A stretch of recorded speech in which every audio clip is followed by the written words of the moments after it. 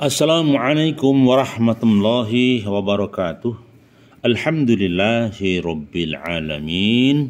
Asyhadu an la ilaha illallah wa asyhadu anna Muhammadar Rasulullah.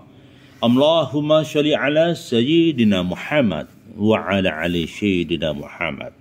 Hasbunallah wa ni'mal wakil, ni'mal maula wa ni'man nasyir. Hasbunallah wa ni'mal wakil, ni'mal maula wa ni'man nasyir. Hasbunallah wa ni'mal wakil, ni'mal maula wa ni'man nasyir. Alhamdulillahirabbil alamin. Dekat kepada Allah Subhanahu wa taala, Tuhan yang maha kasih sayang yang tidak akan pernah hilang. Apakah kita pernah merasa ingin mendekat kepada Allah? Bukan hanya kepada manusia atau bukan kepada istri atau orang yang disayang saja, tetapi lebih mahabbah kepada Allah. Nah, hari ini kita mencoba dengan sebuah tema bahasan, mahabbah kepada Allah. Jika Allah membimbing kita mengingatnya, itu pertanda Allah mencintai kita.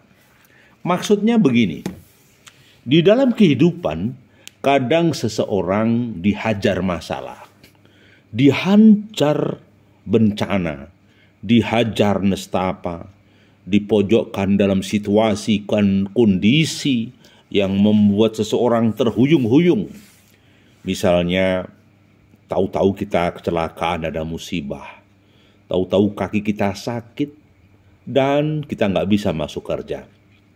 Ada suatu pemikiran bahwa kadang kita ini seorang insan tapi tidak menyadari keberadaan insan.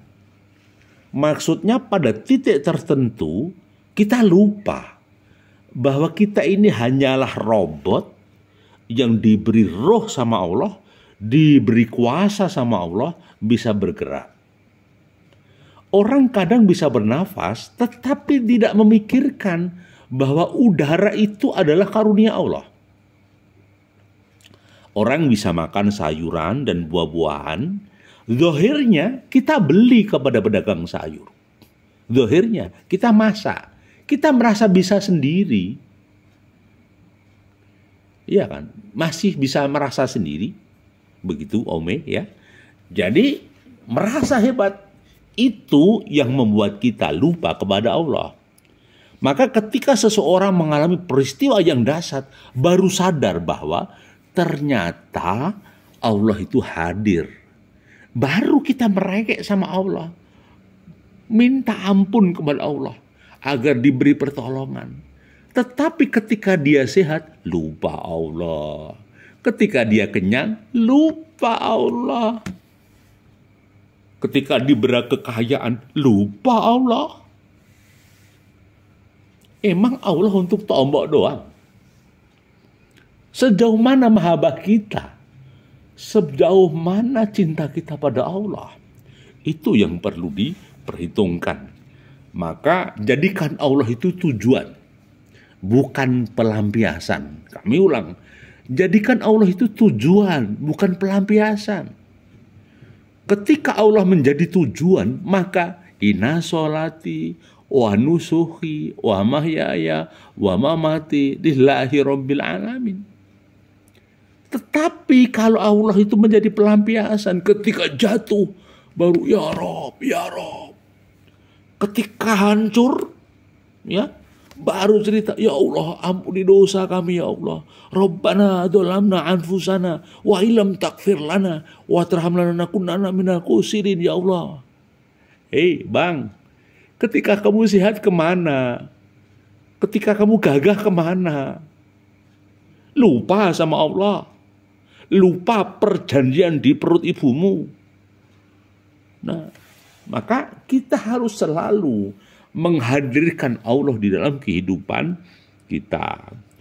Kemudian yang kedua, apabila kolbu hanya diisi oleh cintanya kepada Allah, maka kehidupan ini akan berubah menjadi keemasan. Kehidupan ini akan berubah menjadi kebahagiaan. Dan kehidupan ini akan terasa indah. Kenapa begitu?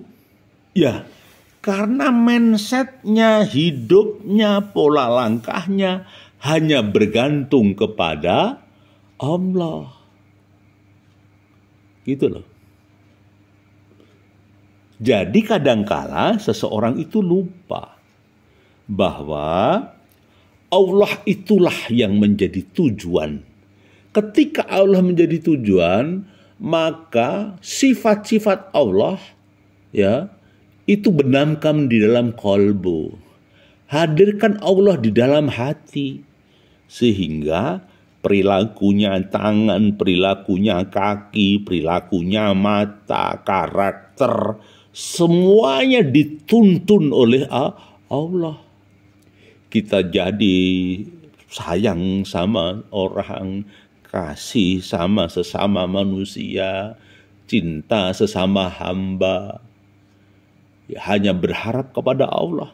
Maka orang yang seperti ini, hatinya, kolbunya selalu dipenuhi sama Allah. Maka ketika kita mendekat sama Allah, Allah akan berlari. Artinya apa? Ketika kita datang mohon ampun sama Allah, maka Allah sangat menunggu, sangat mencintai hambanya yang taubatan nasuha, yang datang kepada Allah dengan keikhlasan, dengan kesadaran, bukan karena pamrih. Maksudnya gimana?